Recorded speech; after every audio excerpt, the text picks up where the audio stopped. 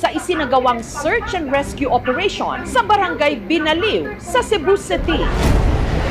Ang kanilang hinahanap, ang tinatayang 50 taong natabunan ng gabundok na basura. Hapon kasi nitong Huwebes, tambak ng basura sa Binaliw Landfill. Ay! Pahawa na mo! Gumuho! Ang uba, nakaat-kat ka sa tuba.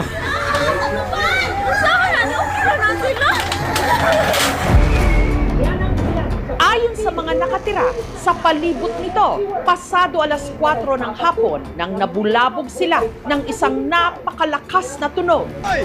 Pahawa na mo! Pagkapasok-pasok ko, siguro mga 2 minutes na rin.